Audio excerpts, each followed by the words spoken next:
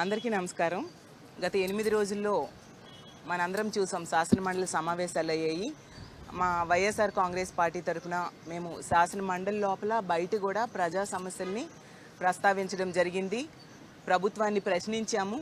ఎందుకంటే కూటమి ప్రభుత్వం అధికారంలోకి వచ్చాక ఈ 15 నెలల్లో మహిళలు ఇబ్బంది పడుతూ ఉన్నారు, రైతులు ఇబ్బంది పడుతూ ఉన్నారు, నిరుద్యోగులు ఇబ్బంది పడుతూ ఉన్నారు, ఉద్యోగులు ఇబ్బంది పడుతూ ఉన్నారు.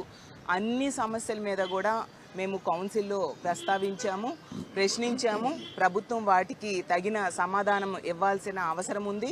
అలాగే ముఖ్యంగా తీసుకుంటే స్టీల్ ప్లాంట్ సమస్య అవ్వచ్చు, అలాగే మెడికల్ కాలేజీల ప్రైవేటీకరణ సమస్య అవ్వచ్చు, అలాగే తీసుకుంటే సూపర్ 6 విషయం అవ్వచ్చు, అలాగే ఉద్యోగుల సమస్యల గురించి ప్రతి ఒక్కటి కూడా ప్రభుత్వాన్ని కౌన్సిల్లో మేము ప్రస్తావించాము. ఈ 15 నెలల్లో అన్ని వర్గాల ప్రజలు కూడా ఎన్నో రకాలుగా ఇబ్బందులు పడుతూ ఉన్నారు. ఈరోజు కూటమి ప్రభుత్వం అధికారంలోకి వచ్చాక ఎన్నికల టైంలో ఎన్నో హామీలు ఇచ్చి ఏ ఒక్కటి కూడా ఈరోజు నెరవేర్చిన పరిస్థితి మనం చూస్తూ ఉన్నాము. ఈరోజు తీసుకుంటే ఉద్యోగాలు వీళ్ళు అధికారంలోకి వచ్చాక 2,60,000 మంది వాలంటీర్ ఉద్యోగాలు తీసేయడం జరిగింది. అలాగే రేషన్ వెహికల్స్లో పనిచేసే 20,000 మందికి ఉద్యోగాలు తీసేయడం జరిగింది. అలాగే ప్రభుత్వ మద్యం షాప్లో పనిచేసే 16,000 మందికి ఉద్యోగాలు తీసేయడం జరిగింది. కొత్త ఉద్యోగం ఒక్కటి కూడా ఇవ్వలేదు సరికదా, ఉన్న ఉద్యోగాలను తీసేసే పరిస్థితి మనం చూసాం.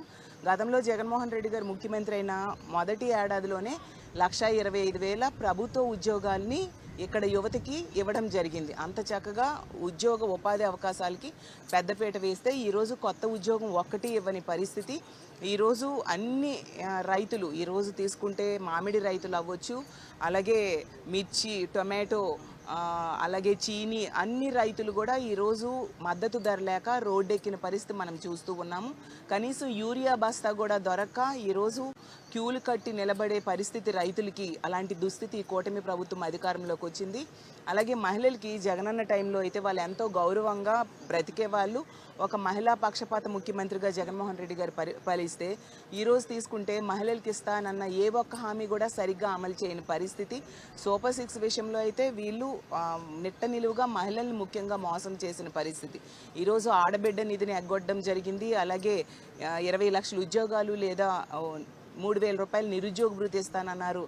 ఆ రెండు కూడా కనీసం వాటిని ఒక్కరికి కూడా ఇవ్వని పరిస్థితి మనం చూసాము. సూపర్ 6లో ఏ ఒక్కటి మిగిలినవి కూడా సరిగ్గా అమలు చేయకుండా సూపర్ 6 సూపర్ హిట్ అంటూ వీళ్ళు సంబరాలు చేసుకోవడానికి కూడా మేము కౌన్సిల్లో ఎండగట్టడం జరిగింది. ఖచ్చితంగా ఎప్పటికైనా ఈ కూటమి ప్రభుత్వంలో పెద్దలు బుద్ధి తెచ్చుకొని ప్రజలకు ఇచ్చిన హామీలన్నీ నెరవేర్చాలని మేము కోరుకుంటూ ఉన్నాము.